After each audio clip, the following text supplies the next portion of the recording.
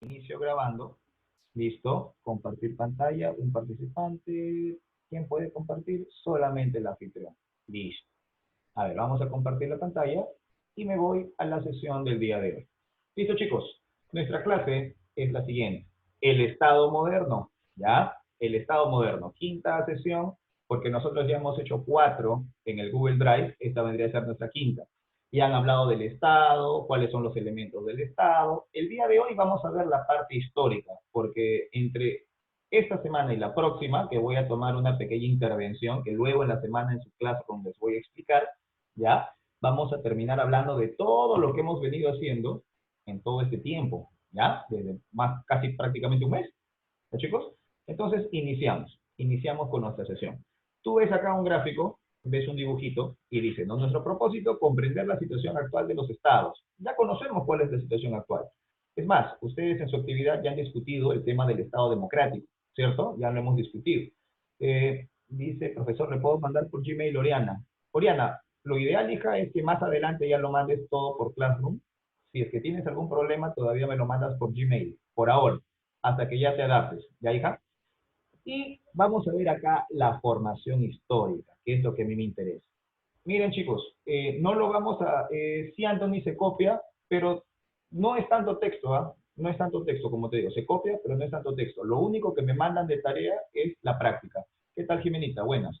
Miren, yo lo podría hacer así en la versión completa de la presentación, pero me van a permitir hacerlo de esta manera, porque para mí es un poquito más fácil hacer la selección de algo, subrayar algo, ¿ya? Lo bueno que sí se ve clarito, y lo vas a tener en video, eso es importante. Ahora sí, chicos, dice, ¿no? Comprender la situación actual de los estados a través de la formación histórica de estos estados modernos. Hola, Fernanda, ¿cómo estás? Entonces, acá yo tengo una imagen, tengo un gráfico, y dice, ¿no? El rey, la nobleza, el clero y el pueblo llano.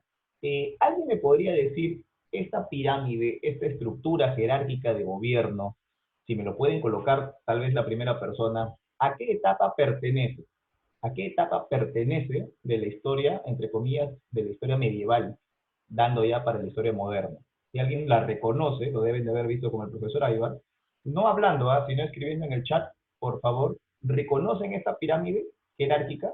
Al rey, a la nobleza, el clero, porque la iglesia tenía una gran potencia como básicamente partícipe de las decisiones del rey. El feudalismo, me dicen por ahí, Fabricio, no es historia. Claro, Fabricio, la historia casualmente del Estado moderno, ¿no? Que es lo que nosotros queremos entender. Muy bien, Miyajira me dice, profesor, el feudalismo, por ahí está cerca, pero no tanto, ¿ah? Ahí estamos hablando, hijo, del absolutismo. Vamos a hablar ahora de que para que nosotros lleguemos al absolutismo, tuvo que haber caído primero lo que tú mencionaste, el feudalismo. ¿Cómo es que cae el feudalismo? Mira, en el siglo XV y el siglo XVI, a finales de este siglo XV y entre el XVI, Europa comienza a tener muchos problemas, problemas sociales, problemas políticos, y se da una caída en Europa. El sistema feudal, el cual tú mencionabas, hijo, entra en decadencia. Ustedes deben de recordar por clases del profesor Aybar quiénes eran los señores feudales, ¿sí? Había un castillo, una persona que gobernaba en un territorio, lo cercaba, los villanos estaban, como se dice, los villanos, los vasallos estaban a cargo de este señor feudal, etcétera. Ese sistema comienza a caer. ¿Y quiénes se meten, quiénes aprovechan esta situación? Los reyes, la monarquía de la época. Como los señores feudales tenían bastante poder, los reyes aprovechan esta crisis y fortalecen su poder, el poder de la corona de cada país europeo, casualmente tomando estas tierras para ellos. Pero acá hay algo que nos va a venir, como se dice, un concepto que va a venir de acá al futuro. Aparece alguien, una nueva clase, la burguesía. Antes había muchos campesinos, pero aparece la burguesía. Cuando estas personas se mudan a grandes ciudades, las ciudades van creciendo, aparece este grupo social. ¿Alguien me podría colocar en el chat para usted qué significa la burguesía? ¿Qué es la burguesía? ¿Quiénes la conforman? Los gráficos te pueden ayudar, pero ¿quiénes conforman la burguesía? ¿Quiénes son? La burguesía son los campesinos de los pueblos, eran ellos, esta clase tan golpeada, entre comillas, la clase más baja. Ellos son la burguesía. Me dice por acá, a ver, Milla, los que tienen un poquito más de dinero. Carla me dice, profesor, la clase alta. Claro, los burgueses, ¿no, Fabiola? Pero ¿quiénes? Ajá, me quedo con la respuesta de Lilian Pereira. Y Lilian Pereira me dice, profesor, los comerciantes y los empresarios, esas personas juntan un capital, y ojo con esa palabra, un futuro, ¿ah? Juntan capitales y comienzan a formar pequeñas empresas, se convierten en comerciantes, se convierten en empresarios. Muy bien, Pereira, voy a colocarte tu punto, ¿ya? Y de esta manera se genera una nueva clase social, ¿basada en qué? En el comercio, en ese intercambio de bienes a través de un dinero, ¿sí o no? Siglo XV, importante, porque estos burgueses que ya no querían estar bajo el control de los señores feudales, estos burgueses se ayudan de la corona, se ayudan de los reyes y se tumban al sistema feudal, ¿ya? Los reyes, ¿qué hicieron? Tomaron las tierras de los señores feudales a través de pactos o también de guerras. Pero aquí, ¿quién se beneficia? La corona porque fortalece su poder, y obviamente la burguesía ya se comienza a meter en la sociedad. ¿Ya? A ver, vamos a ir a la siguiente. Para el nacimiento del Estado moderno es vital esto, que la corona se fortalece, la corona se hace muy fuerte, los reyes tienen mayor poder, más poder que antes. Entonces, los reyes desarrollan una cosita, que es la conciencia nacional. Los reyes comienzan. Tú sabes que en esa época había muchas personas que entre su linaje familiar, ¿sí o no?, se casaban entre ellos y eran estados que, si bien es cierto, tenían límites, pero muchos de ellos tenían tratos familiares. En esta época, finales del siglo XV al XVI, ya se comienzan a dar esto que voy a marcar, déjame un ratito, ahora sí, los límites geográficos entre reinos. Poco a poco se comienzan a dar límites más claros, más establecidos, ¿ya? Gracias a esta conciencia nacional. ¿Quiénes fueron las monarquías, los, entre comillas, los reinos más poderosos? Aquí los tenemos, ¿verdad? Francia, España, Inglaterra, Dinamarca, Polonia, Hungría y Rusia, las monarquías más poderosas de la época. Aquí a la derecha te he mencionado de este grupo de monarquías los reyes que son considerados los más fuertes de aquel momento. Tenemos a Fernando II de Aragón, Isabel I de Castilla, Carlos V, Felipe II, todos ellos de España, y Enrique VIII en Inglaterra. Quiero hacer una consultita porque estos dos para mí son interesantes. También ya lo deben de conocer. Me dice Fabricio, ¿algunos de esos reyes eran malos, Fabricio? Básicamente, más que malos, Fabricio, querían todo el provecho para ellos y para su pueblo, ¿no? Por favor, esto de acá que he marcado en rojo, se ven aquí en la parte superior de la derecha, deberían de ser reyes muy conocidos para ustedes. Fernando II de Aragón e Isabel I de Castilla. ¿Me podrían decir cómo los conocemos nosotros? Tienen un apodo, le pusieron un apodo, los reyes, y le falta una palabra ahí. Los reyes, ¿me podrían decir? Los reyes. Excelente, Miyajira, usted. Miyajira, profesor, los reyes católicos. Y casualmente, los reyes magos no, Pastel, los reyes católicos, gracias, Miyajira. Sí, los reyes católicos. La iglesia católica, el clero, poco a poco, en esta fortaleza de las monarquías, el clero comienza a agarrar más poder. Uf, el rey y la iglesia, ahí se ve mi dedito, ¿no? Ya, siempre van a ser así, van a tomar las decisiones, porque el más poderoso de un reino siempre va a ser el rey en la monarquía. La única entidad que está sobre el rey, ¿quién es? Dios. Pero ahora yo te digo una cosa, si tú estás con Dios, todas las decisiones que tomes van a estar correctas ante los ojos de Dios. Por lo tanto, el rey siempre necesita el favor de quién? De la iglesia. Van a hacer ahí un compadrazgo que más adelante vamos a ver cómo es que detona en la formación del Estado moderno. Eso es lo que les estaba mencionando hace un ratito, el antiguo régimen, ¿no? Los gobernantes gobernaban para conservar ese poder. Aquí tú ves el triángulo, que ya lo vimos hace un ratito, el monarca absoluto, y siempre a su costadito la nobleza y el clero, pero la alta nobleza, la nobleza de la corte, ¿sí? Luego tenemos la nobleza, la burguesía, que ya se había sentado, como ya lo dijo Pereira hace un momento. Profe, tenemos comerciantes, personas, artesanos, pero que ya formaban empresas, poco a poco se iban agrupando, ¿te das cuenta? Y por último, las clases populares, urbanas y campesinos, ¿no? Pobrecitos. Estos artesanos que se quedaron en sus pequeños talleres. Ahora, se favorece el absolutismo porque el rey tenía el poder completo. Todo el poder era del rey. Su título lo adquiría de padres a hijos. Por eso es que llamamos que había una consecución hereditaria. ¿Ya? Debía defender los intereses del Estado con un criterio irracional y el rey decía, ¿no? Hace un rato Fabricio mencionó, profesor, los reyes eran buenos, eran malos. Claro, ellos tomaban una decisión para favorecer a su pueblo. Pero si por A o B el Wi-Fi, no te preocupes, Andrés, si por A o B el rey tenía un cargo de conciencia, ¿habré hecho bien? ¿Habré hecho mal? Automáticamente, ¿quién venía? El clero y le decía, acá tengo, espérate un ratito, voy a agarrar mi personaje. Venía el clero y le decía, no se preocupe, mi rey, usted está haciendo todo bien, porque así lo quiere Dios, ¿sí o no? Así lo quiere Dios, entonces usted está haciendo las cosas de buena manera. Por eso es que el rey estaba bien conectado con la iglesia. Necesitaba, como se dice, una conciencia moral de saber que está haciendo bien las cosas.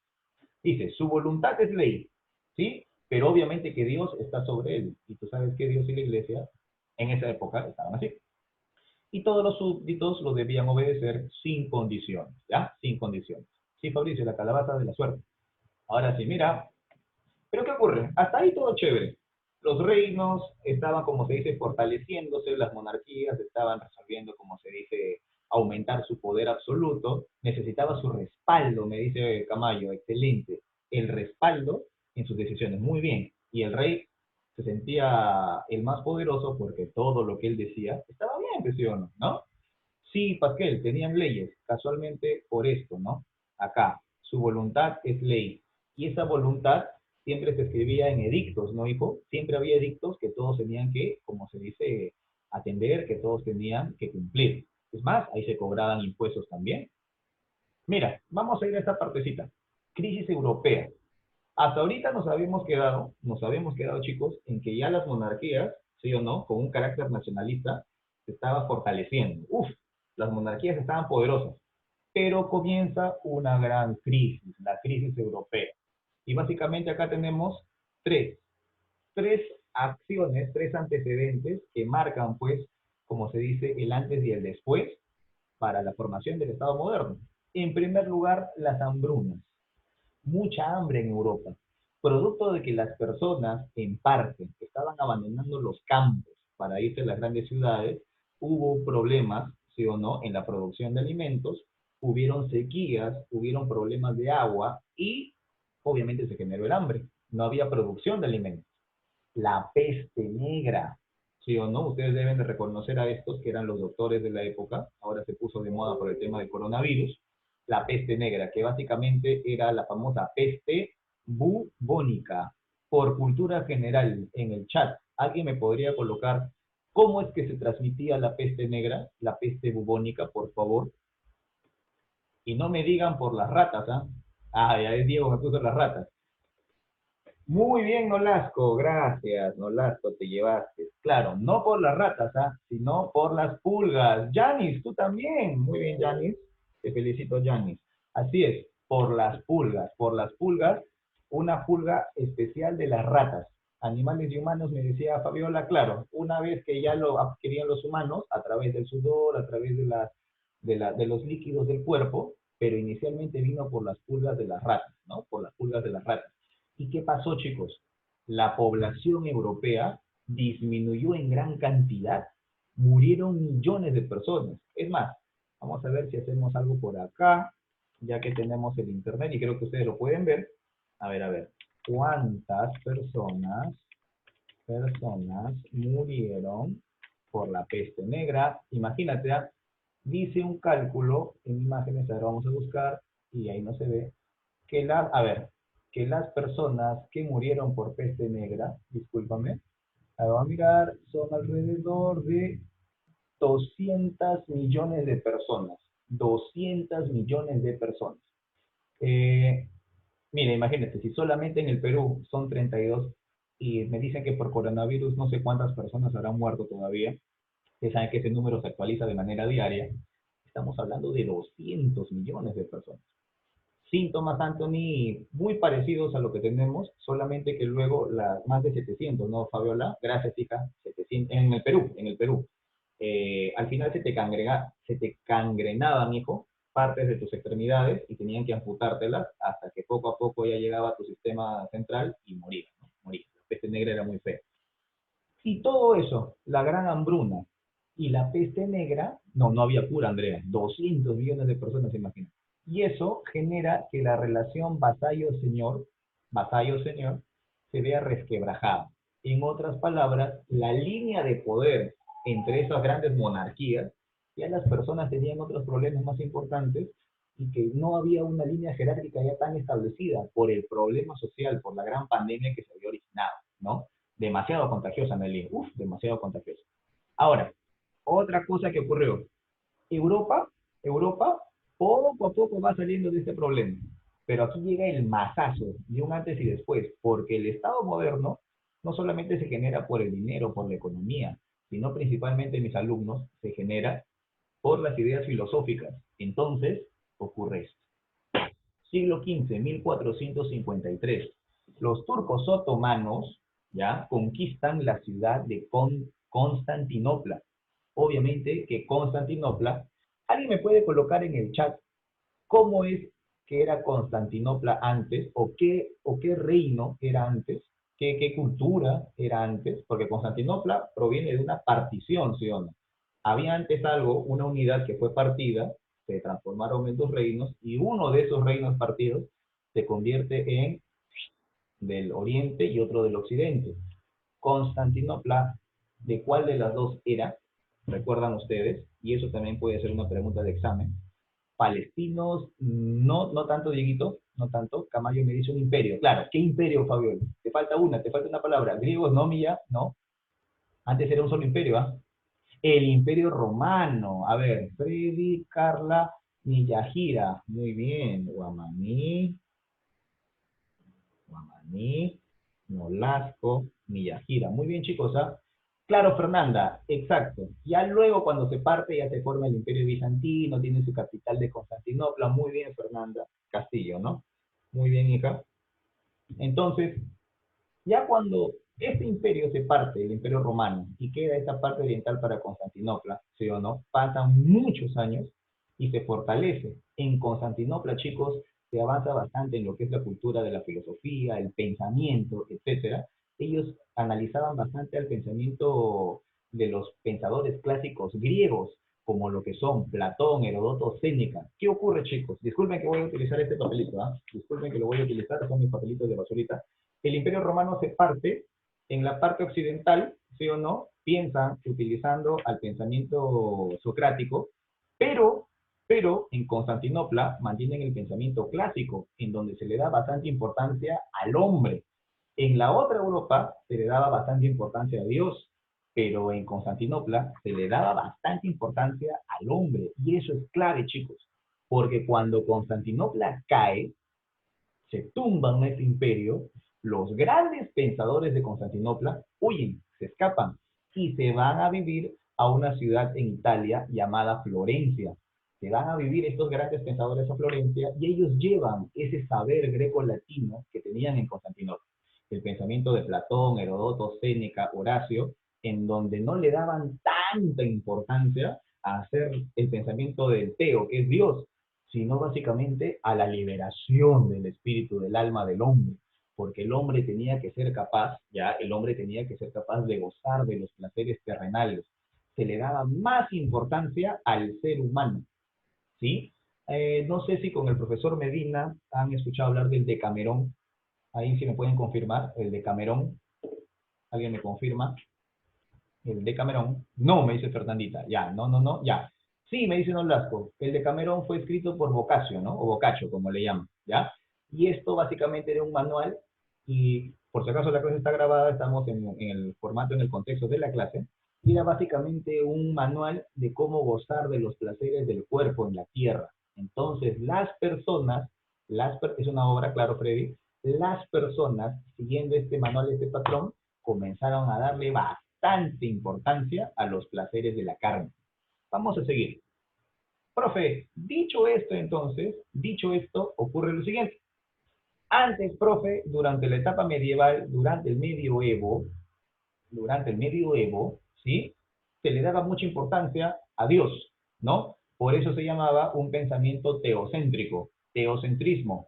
Teo significando Dios. Pero con esta caída de Constantinopla, esta fuga de pensamientos o refugio de pensadores en Florencia, origina, sí o no, el pensamiento antropocéntrico. Antro significando, y no me digas discoteca, por favor, ¿qué significa antro? Si alguien me puede decir. Hombre, gracias, Diego. Carolina Grandes, hombre. Fiorella Carla, hombre. Camayo, hombre. Ashley Marcelo, hombre. Nolasco Barón, hombre. Muy bien, Milla. Anely Vargas, claro, muy bien, Dieguito. No, está bien, Diego, no te preocupes, yo te voy a considerar, ¿ya? Diego Deis.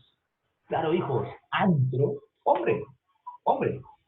Con este hombre va a originarse un nuevo pensamiento, el pensamiento humanista.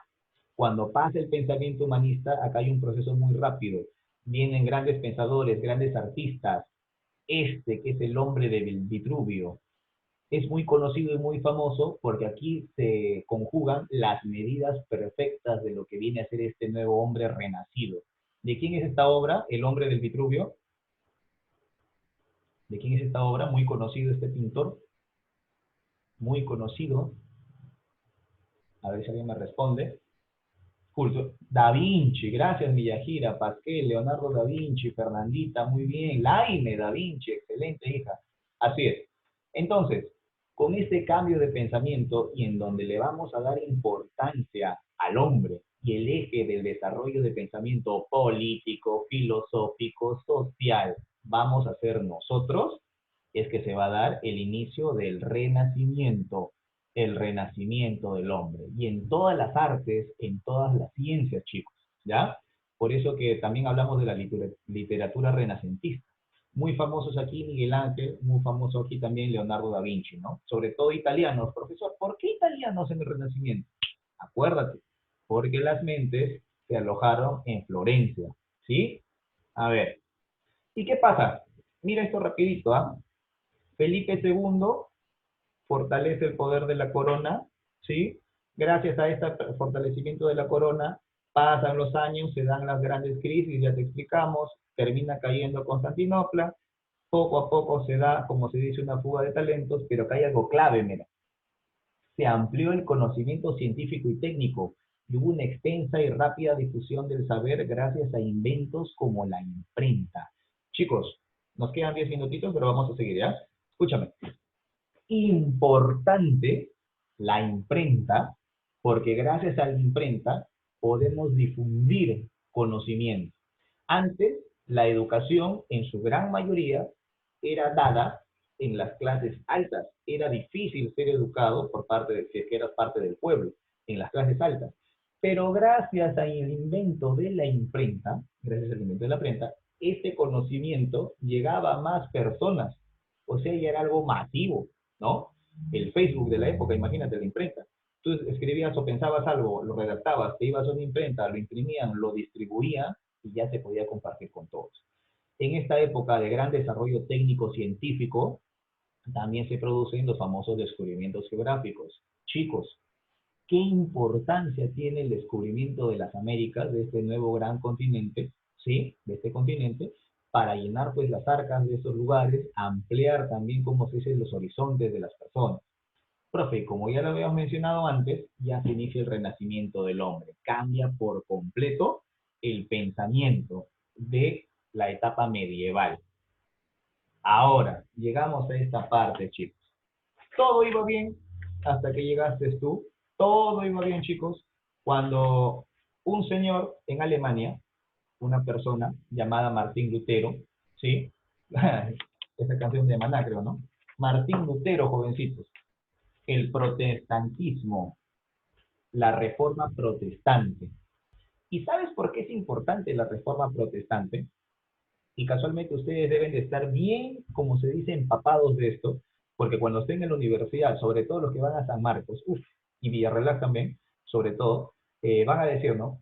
Ya, el nacimiento del Estado moderno, pero hay una clave en la reforma protestante, porque la reforma protestante le va a abrir el paso a la iglesia anglicana, y es casualmente de Inglaterra, donde van a partir muchos nuevos colonos y van a llegar al Nuevo Mundo y se van a sentar básicamente en Norteamérica para formar un país que ahora es llamado Estados Unidos, ¿cierto?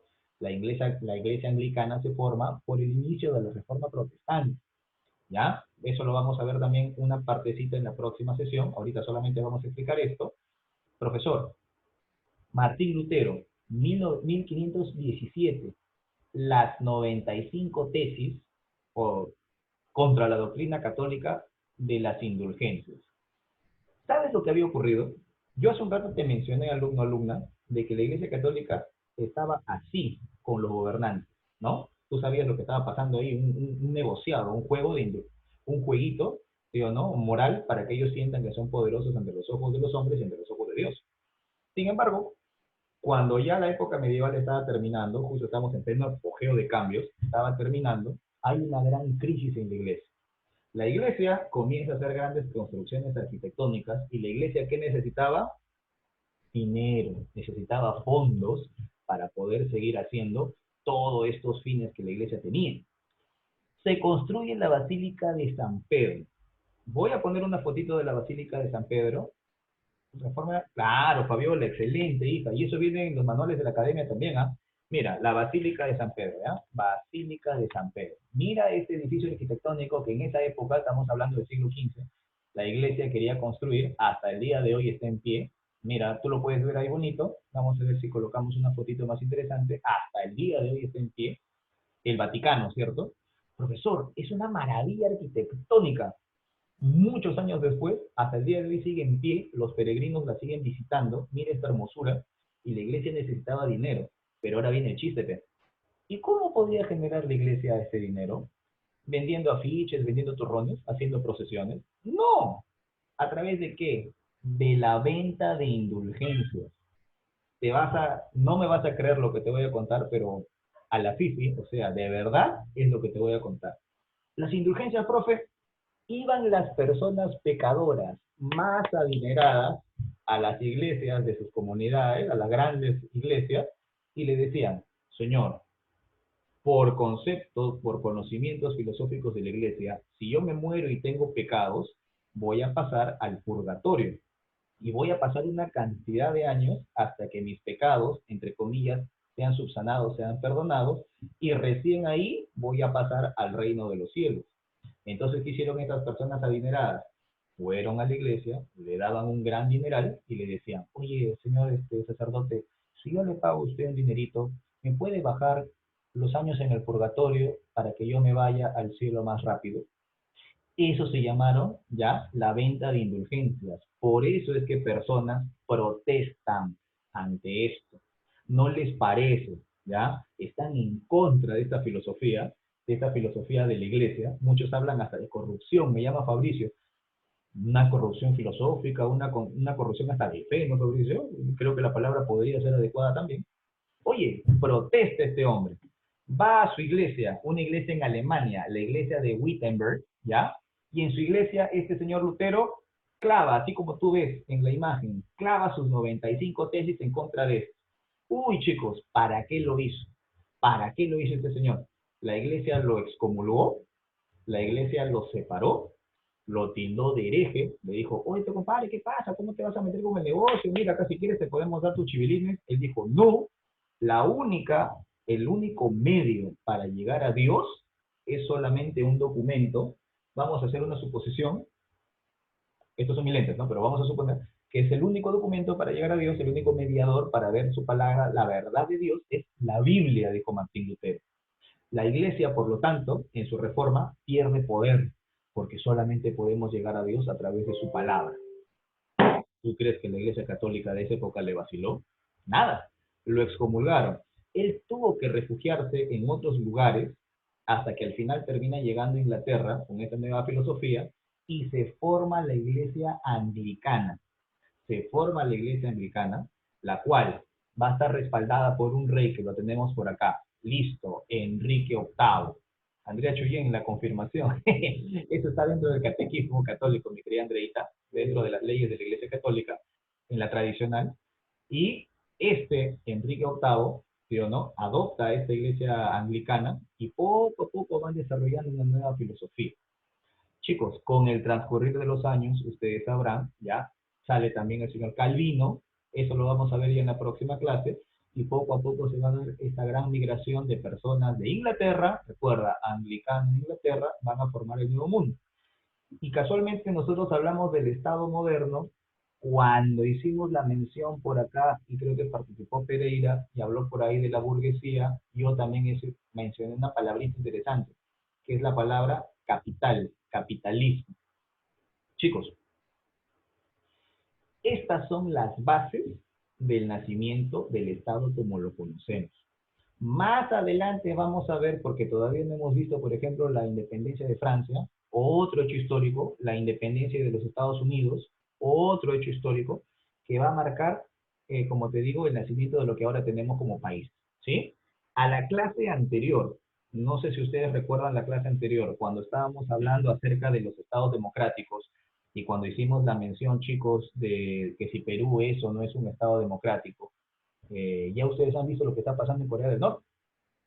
Dice, a ver, Fabricio, decía que los súbditos no podían desobedecer. Así es, Fabricio, no podían desobedecer. Por eso hablábamos del absolutismo, ¿no? Lo que te decían a ti tenías que cumplir. Hablamos, chicos, de los estados democráticos y de que ahorita está ocurriendo una noticia, pero mundial, de gran impacto. ¿Han escuchado lo que está ocurriendo en Corea del Norte? Gracias, Oriana. Dice, profesor, ha muerto su presidente. Todavía no sabía si está confirmado, pero dicen, todavía no, no Diego, todavía no muere, pero dicen que está en grave estado y quien asumiría este poder sería su hermana, ¿cierto? Y chicos, todo esto que ocurre ahorita en el mundo, casualmente se da un cambio después de la finalización de la monarquía, ¿ya? El Estado moderno. La próxima clase vamos a continuar, pero por favor, hijos, no se olviden que van a estar ustedes en su clase de Classroom, vale la redundancia, revisen su material, revisen su práctica, por favor, resuelven la práctica y me la mandas por el Classroom. Si tienes un problema, me lo mandas al correo, pero quisiera que me lo manden al Classroom, ya hijos de cuarto año. Yo voy a subir la clase en un ratito por el YouTube y la voy a poner acá mismo. Aquí abajito va a aparecer. Nos queda menos de 30 segundos. Chicos, de verdad les agradezco bastante. Disculpen si he hablado como loco hoy día. Y nos despedimos. Fabricio, musiquita. Ahorita vamos a tener la musiquita. Nos despedimos entonces y nos vemos la próxima sesión. Disculpen si la clase fue muy aburrida, pero nos vemos a la próxima, chicos. Gracias, ¿ah? De verdad que les agradezco mucho. Un abrazo y saludos a todos. Sí, para que todos lo vean. Queda, Marcelo.